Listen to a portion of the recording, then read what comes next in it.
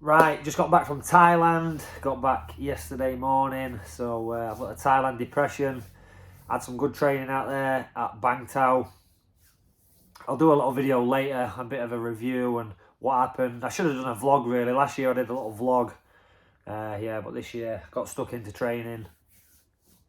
Had some good times, but I'll do a little update on that later. So this is a video I actually meant to make in the last couple of weeks. I was in Thailand, but like I say, I was too busy training and just living life, enjoying life. So before I went to Thailand, I put on a little post about 3-4 weeks ago, just giving some advice for, you know, fighters, in particular amateur MMA fighters, and it got massive response. I got hundreds of shares, hundreds of comments, and I got a lot of inbox messages from it as well. So mainly positive, a couple of negative ones which I'll address in here. But I'll just give you a quick rundown of the advice that I gave, because I'm faced with this all the time. You know, I train a lot of fighters. I've trained fighters since I was 18 years old. I'm 38 now, so 20 years I've been training people, and they've been competing all different levels, amateur, professional. And yeah, I just thought I'd give a bit of advice on the state of sort of amateur MMA as it is now and what I would be advising people to do. So the advice kind of went like this. At the minute, we have got, I use two examples who are my fighters.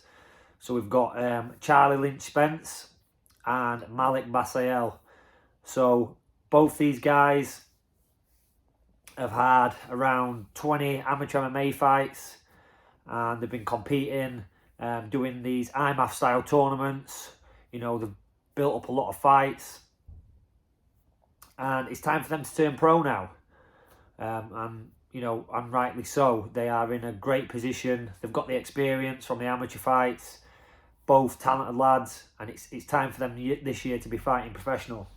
So I use them as an example, and the main gist of using them as an example was to say that the secret about amateur MMA fighting, if your goal, and this a lot of comments were saying, why would you do this? But this is for people who want to get experience to be the best possible professional they can be.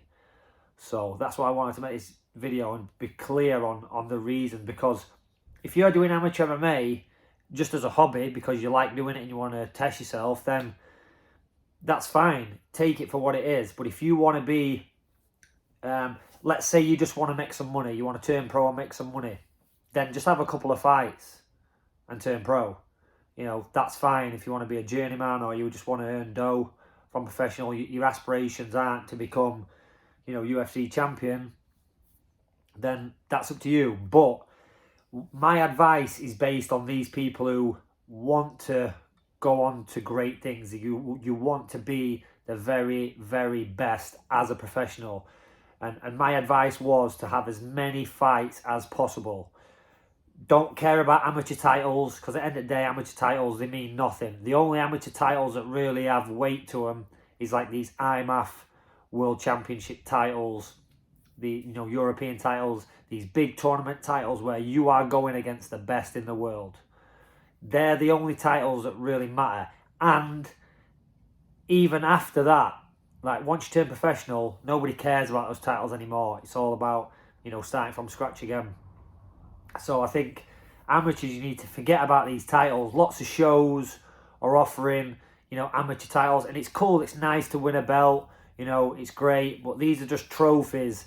If your goal is to be the best professional fighter you can be, it's just about having as many amateur fights as possible, being in as many different situations and scenarios in fights. There's going to be fights where maybe you get caught in a certain submission.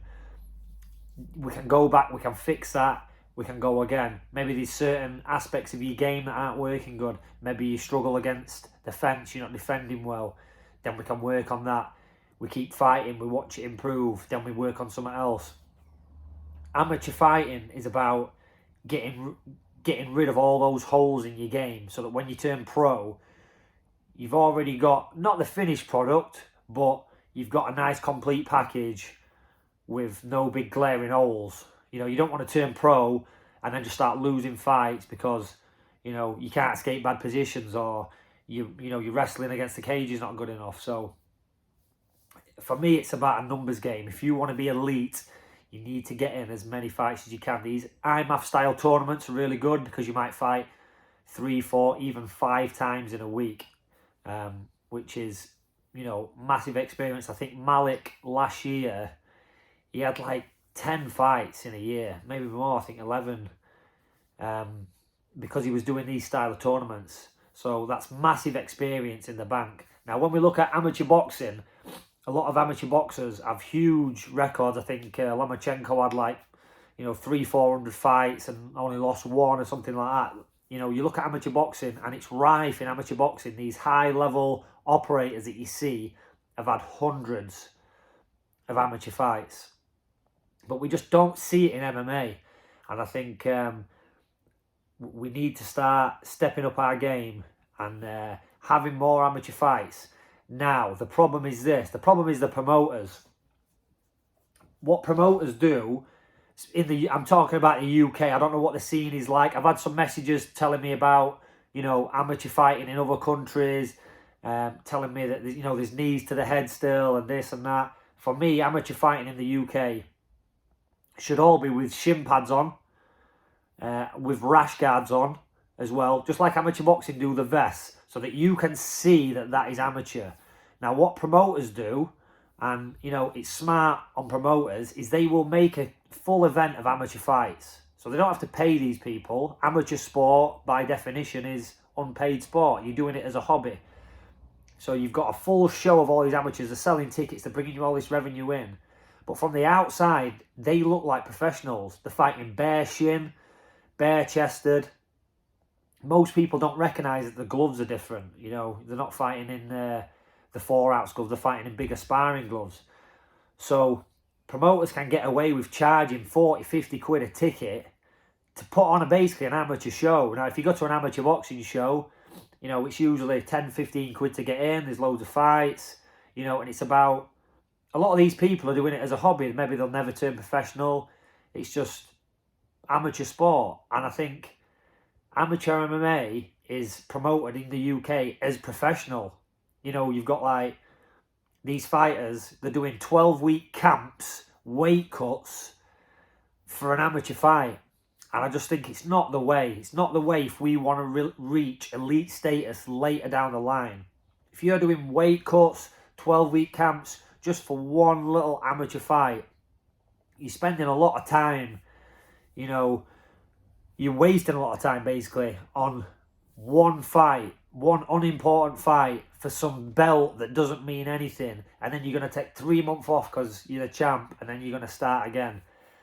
I think that it's, the culture has to change. And again, I think promoters do take advantage of the fact that amateur MMA looks like pro, and they can pass it off as professional, you know, and that's going to generate a lot of revenue for them. So I really think that having the shin pads, so the rash guards would distinguish amateurs from pros, and the shin pads mean that amateurs can fight more often. Now, I know people have messaged me, yeah, but, you know, you can't grapple as good with these shin pads on. Listen, it's not about that. It's about safety. If you're an amateur, you are fighting for free.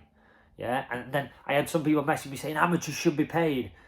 Well, no, amateur sport is unpaid sport. That is by definition what it is. If you want to be paid, that is what professional sport is.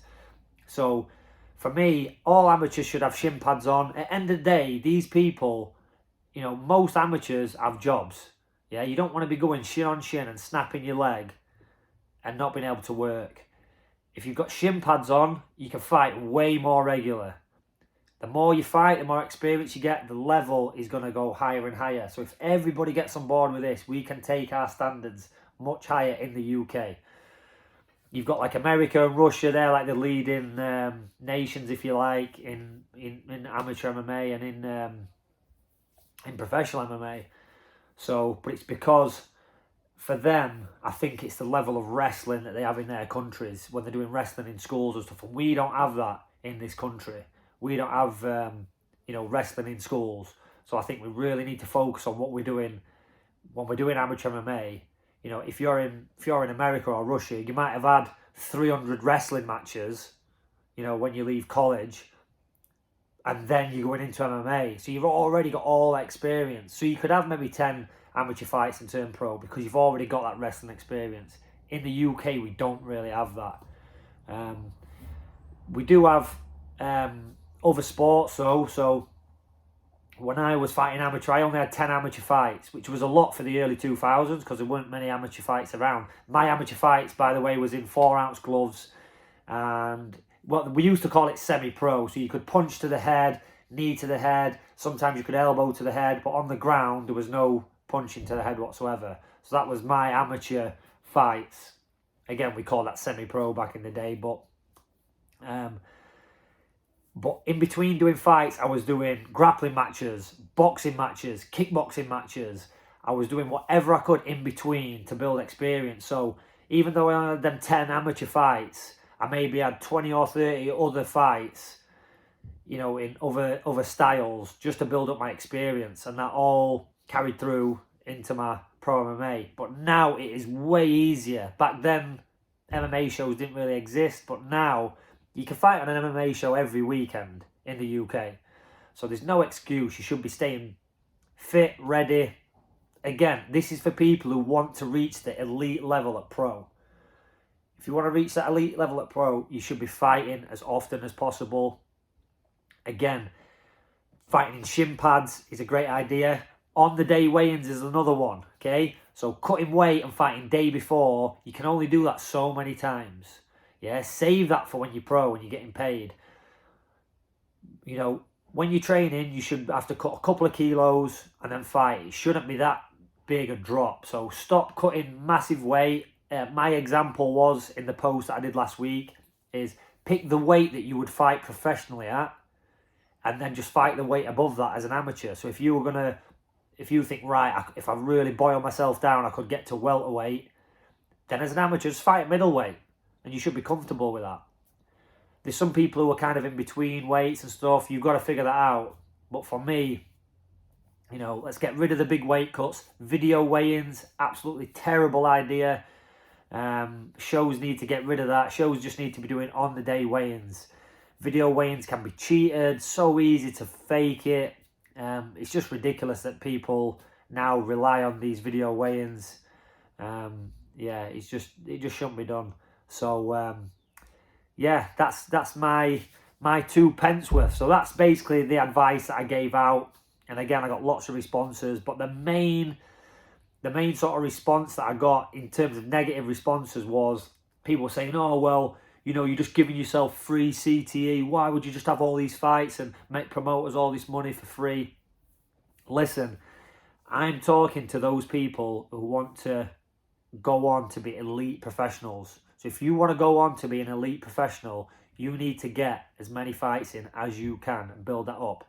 Now, in terms of CTE, if you don't want CTE, which is a brain injury, don't do contact sports, yeah? If you're playing rugby, if you're doing boxing, if you're doing MMA, you are going to get hit in the head multiple times. You're going to suffer concussions. Now, you need to manage that. If you got a concussion, obviously don't fight. You need to start looking into that. That's a whole other thing we can talk about.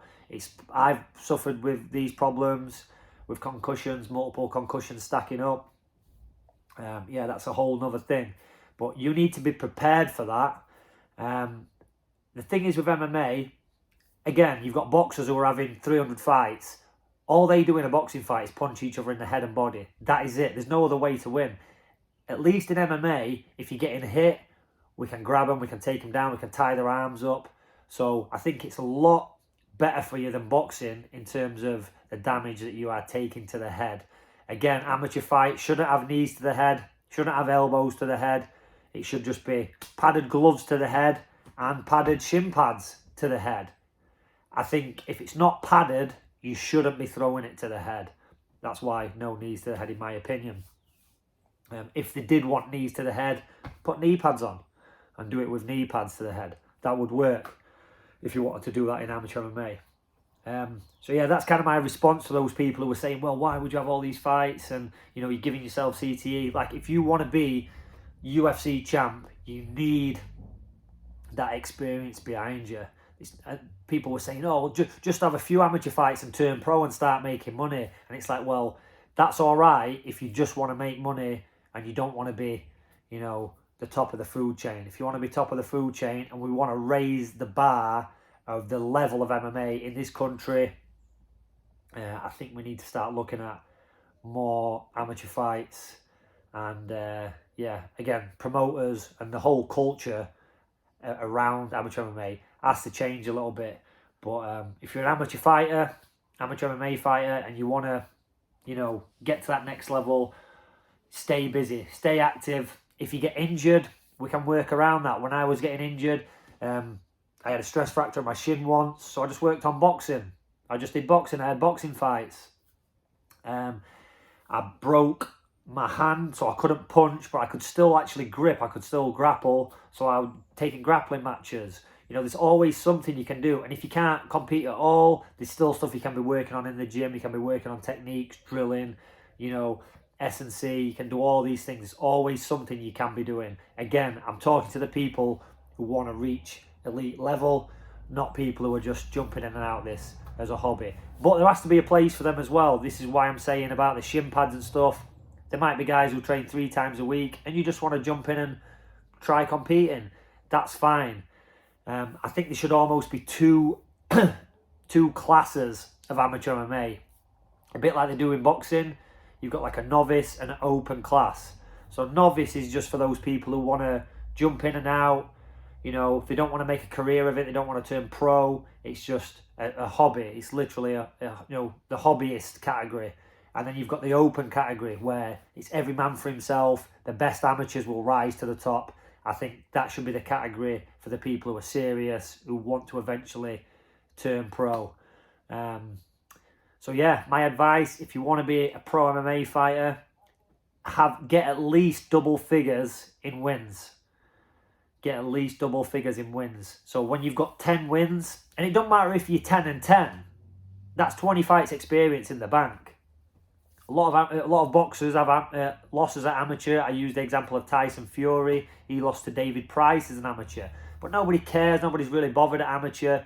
When you turn pro, it's a clean slate, and that's what it's about. It's about, you know, when you're a pro, then start protecting your record. Then try and keep that record clean and, you know, be a bit smarter who you fight. But as an amateur, I think fight everyone, get the experience, get in all those different situations. And yeah, that is the way to reach the top. So hopefully that helps some of you if you're an amateur MMA fighter looking to, you know, turn professional eventually.